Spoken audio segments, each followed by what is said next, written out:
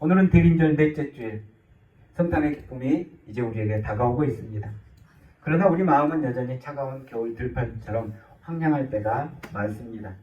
하나님이 우리와 함께 하신다라는 약속을 우리는 수천 번 들었지만 정작 우리의 삶을 들여다보면 현실은 여전히 설명되지 않는 그런 일들이 많습니다. 도대체 왜 이런 일들이 나에게 벌어졌을까? 질문하고 고민하지만 정작 답은 주어지지 않습니다. 오늘 우리가 성경 속에서 만나는 사람 요셉 또한 그런 상황이었습니다. 그는 평범한 일상을 살아왔습니다. 그리고 곧 있으면 결혼을 할 총각이었습니다. 그런데 자신의 삶을 뒤흔드는 날벼락 같은 소식을 접하게 됩니다. 요셉은 자기 앞에 놓여진 이 처참한 현실, 그리고 자기가 짊어져야 될 무거운 책임, 거기에 서 있습니다.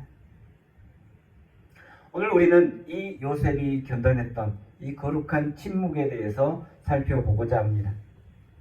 결코 도망치지 않았고 이해하지 못했지만 끝내 외면하지 않았던 요셉. 대림절 마지막 문턱에서 이 요셉의 침묵 속에 담겨진 믿음이 오늘 또 고난과 고통 속에 살아가는 우리들의 삶에 힘을 주는 그런 말씀이 되기를 간절히 바랍니다. 오늘 우리에게 주어진 말씀 마태복음 1장 18절부터 25절까지의 말씀은 성탄의 말씀입니다. 흔히 우리는 성탄절 하면 번쩍이는 조명 그리고 잔치 분위기를 떠오릅니다.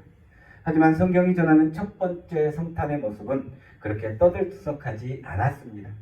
거기엔 천사들의 웅장한 합창도 없었고 동방박사들이 가져온 보물의 광채도 보이지 않습니다.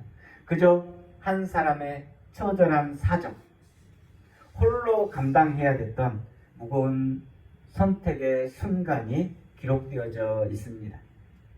성경은 말씀합니다. 예수 그리스도의 나심은 이러하니라. 그런데 본문을 들여다보면 곧바로 아기 예수의 탄생으로 넘어가지 않고 요셉이라고 하는 한 청년의 기막힌 이야기를 전해줍니다.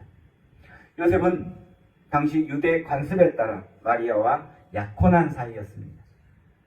유대 사회의 약혼은 이미 법적인 부부나 다름없는 관계입니다. 그런데 아직 함께 살지도 않았는데 어떤 합리적인 설명도 듣지 못했는데 약혼한 마리아가 아이를 가졌다라는 청천벽력 같은 소식을 듣게 된 겁니다. 여러분, 요셉의 마음이 어땠을까요? 이건 단순한 연인 사이의 변심, 그것 때문에 생기는 자존심 상하는 일이 아닙니다. 옛날 우리 어르신들 이런 말씀 많이 하셨죠. 동네 사람 알까봐 너무나 수치스럽다, 이런 말씀들 하셨습니다. 그런 상황보다 더 심한 상황입니다. 요셉은 하나님 잘 믿어보려고 애쓰며 살아왔는데 돌아온 것이 이런 날벼락 같은 소식이었습니다.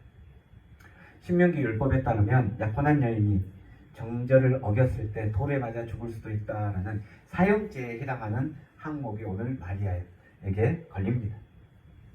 요셉은 의로운 청년이었습니다. 율법을 지켰고 하나님을 경외했습니다. 그런 그에게 닥친 이 현실은 배신감을 넘은 그런 좌절이었고 평생 지켜온 신앙이 뿌리채 흔들리는 일이었을 겁니다. 하나님, 제가 무엇을 잘못했길래 이런 망신을 줍니까? 이런 말이 아마 목구멍까지 차오르지 않았겠습니까? 하지만 성경은 요셉이 소동을 피웠다거나 마리아를 원망했다라는 그런 말 한 줄 없습니다. 대신 그를 가리켜 의로운 사람이라고 부릅니다. 여기서 말하는 의로움은 대단한 게 아닙니다. 율법대로 마리아를 끌어내 동네 사람 앞에 돌을 던지게 할 수 있었지만 요셉은 그 수치를 자기가 짊어지기로 했습니다. 이게 요셉의 의로움이죠. 그는 마리아의 임신을 드러내지 않으려 했고 조용히 관계를 정리하려 했습니다. 자신은 평생 파혼당한 남자라는 낙인이 찍힐지라도 마리아의 생명을 보호하기 위해 스스로 수치의 자리에 서기로 결단한 겁니다. 이게 요셉이 할 수 있는 최선이었습니다. 비난할 권리가 있었지만 침묵했고 따질 이유가 충분했지만 덮어주려 했습니다. 자신의 속은 새까맣게 타들어갈지라도 상대방이 다치지 않게 하려는 그 마음, 이게 요셉의 마음입니다. 이게 요셉의 의로움이죠. 그때 하나님의 말씀이 찾아옵니다. 요셉이 고민 끝에 잠들었을 때 주의 사자가 꿈에 나타납니다. 다윗의 자손 요셉아. 다윗의 자손. 여러분, 이것은 단순한 호칭이 아닙니다. 이 말 속에는 요셉아, 내가 내 억울함을 안다라는 하나님의 위로가 담긴 말씀입니다. 우리도 가끔 그런 경우가 있습니다. 억울하고 답답하고 속상할 때 그저 찾아와 이름을 불러주는 그 한마디에 우리가 위로받고 우리도 모르게 눈에서 눈물이 흘렀던 그런 경험 아마 있을 겁니다. 너는 지금 혼자가 아니며 너의 조상 다윗 때부터 내려온 하나님의 거룩한 역사가, 하나님의 사랑이 지금 너와 함께하고 있다라는 정체성의 회복을 말씀합니다. 그리고 말씀합니다. 두려워하지 말고 마리아를 데려오라. 이 말씀이 떨어졌을 때 요셉의 마음이 어땠을까요? 천사가 나타났으니 모든 문제가 해결된 것 같습니까? 아닙니다.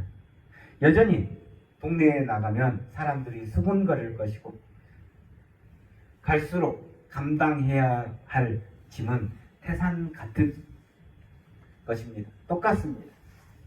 그런데 요셉은 더 이상 묻지도 않고 따지지도 않고 묵묵히 그 길을 가기로 합니다. 어떻게 이럴 수 있을까요? 요셉이 성격이 좋아서 아니면 참을성이 유달리 강해서일까요? 아닙니다. 그가 모진 세월을 침묵의 순종을 했던 이유는 주님의 사자가 들려준 두 이름, 그 두 이름이 가슴에 있었기 때문입니다. 성경은 요셉에게 아이의 이름을 두 가지로 설명합니다. 첫 번째 이름은 예수입니다. 주의 사자는 이렇게 말하죠. 이는 그가 자기 백성을 그들의 죄에서 구원할 자이십니다. 주님이 무엇을 하실 수 있는 분인지 명확히 설명하고 있습니다. 주님의 능력, 주님의 힘을 이야기하는 거죠. 구원할 자. 여러분, 구원이 무엇입니까? 구원. 우리가 죽어서 좋은 데 가는 것만이 구원이 아닙니다. 구원은 죄 가운데 찌그러져 그리고 망가져 있는 우리 인생에 하나님이 직접 개입해서 하나님이 직접 손을 내밀어 우리를 건져내는 힘, 능력이 바로 구원의 능력입니다. 요셉은 그 말씀을 듣고 깨달은 겁니다. 이 아이는 바로 나를 포함한 우리 모두의 죄를 씻어주는 분이구나. 하나님의 커다란 구원의 계획이 요셉에게 알려졌을 때 요셉은 자신의 입을 다물고 하나님의 역사를 기다립니다. 우리 스스로 도저히 끊을 수 없는 그런 어두운 상처, 우리를 파괴하는 우울, 그리고 열등감의 감옥, 또한 우리의 육체를 지배하는 그 모든 사슬을 끊어내시는 분, 그분이 바로 예수라는 분입니다. 이 이름은 하나님의 능력입니다. 이 하나님의 능력이 이 아이 예수라는 이름 속에 담겨져 있는 거죠. 그리고 하나님은 거기에 멈추지 않습니다. 요셉의 그 시커멓게 타들어간 속을 아시는 하나님은 이렇게 말씀합니다. 또 하나의 이름 임마누엘. 그 뜻은 하나님이 우리와 함께 계시다라는 뜻입니다. 여러분, 우리의 삶을 들여다보면 외로운 세월이 참 많았습니다. 누구에게도 말도 못하고 혼자 가슴 치며 울었던 밤들도 있었습니다. 그런데 하나님은 말씀합니다. 너 혼자 그 짐을 지고 가는 게 아니다. 내가 너와 함께하고 있다. 내가 너의 고통 속에도 함께하고 너의 가난 속에도 함께하고 너의 억울함 속에도 함께한다 라는 말씀이 바로 임마누엘입니다.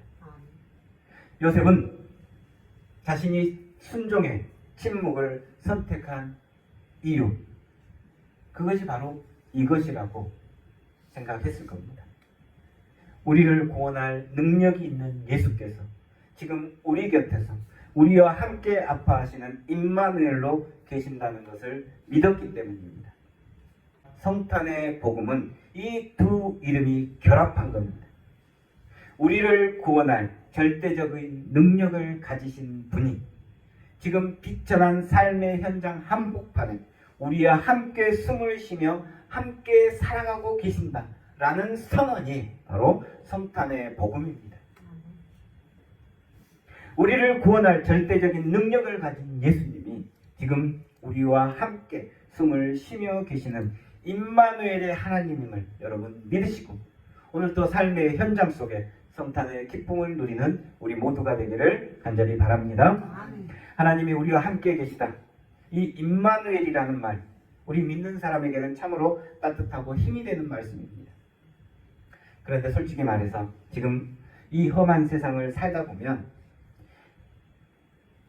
임마누엘의 하나님, 이 고백이 우리를 힘내게 하기보다는 오히려 답답하게 느낄 때가 많습니다. 우리는 평생 손마디가 굵어지도록 땅을 일구며 살아왔습니다.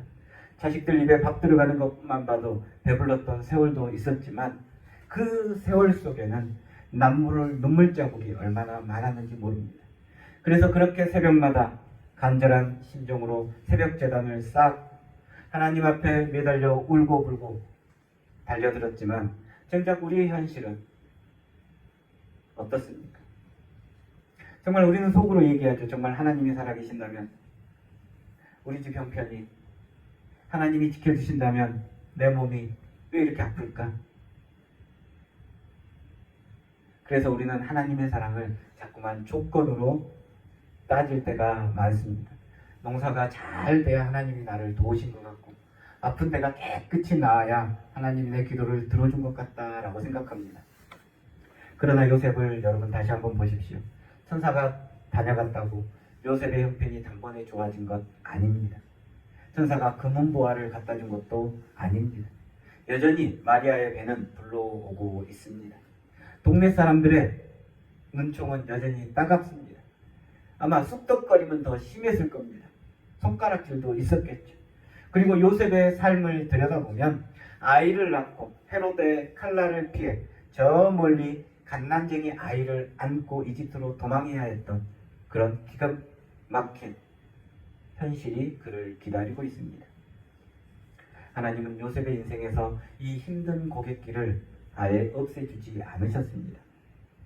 다만 하나님은 그 고개를 넘을 때 내가 너의 손을 잡고 함께 넘어주겠다라고 말씀합니다. 여러분, 이게 바로 임마누엘의 신앙입니다.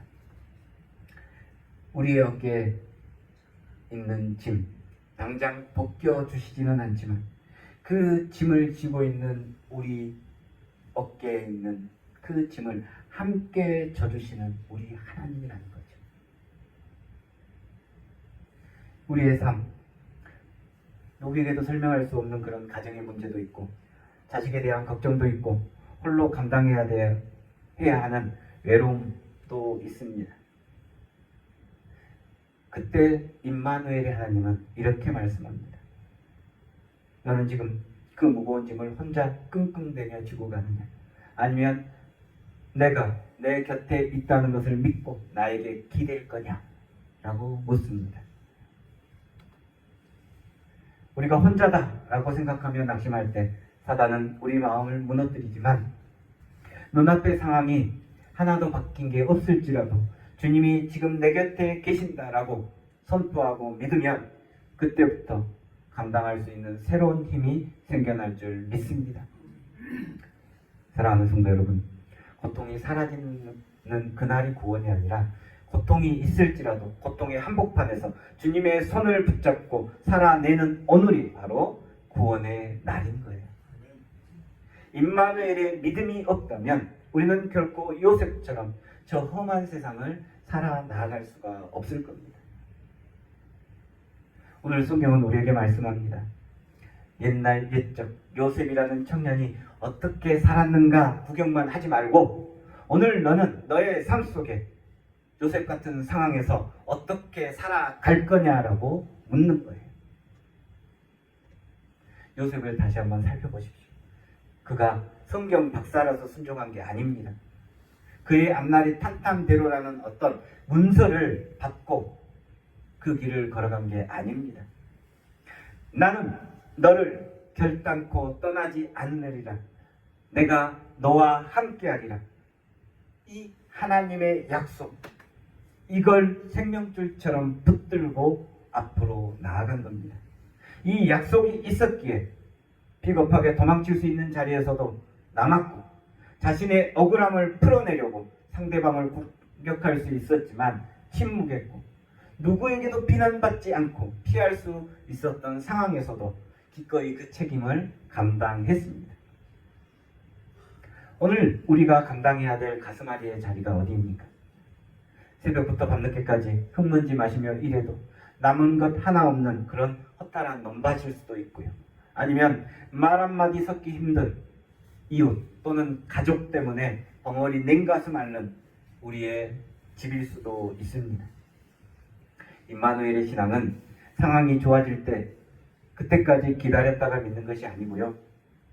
상황은 여전히 암담하지만 내 몸은 천근만근 무겁지만 그 자리에 주님과 함께 발맞추어 한 걸음 더 내딛는 것이 바로 임마누엘의 신앙입니다. 여러분, 이제 우리는 고백합시다. 주님, 이 고단한 길 위에서도 주님이 함께 계심을 믿습니다.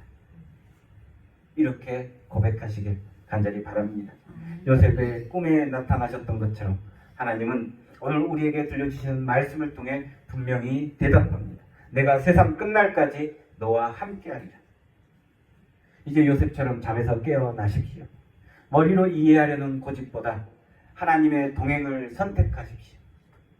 마음의 두려움을 내버리고 이제는 거룩한 순종을 선택하시길 간절히 바랍니다. 그리하여 우리의 삶에 가장 어두운 골짜기가 있을지라도 눈물로 씨를 뿌리는 그 모든 순간마다 구원의 이름 예수 그리고 동행의 이름 임마누엘이 환하게 빛나는 은혜가 여러분 삶 속에 있기를 주님의 이름으로 간절히 축원합니다.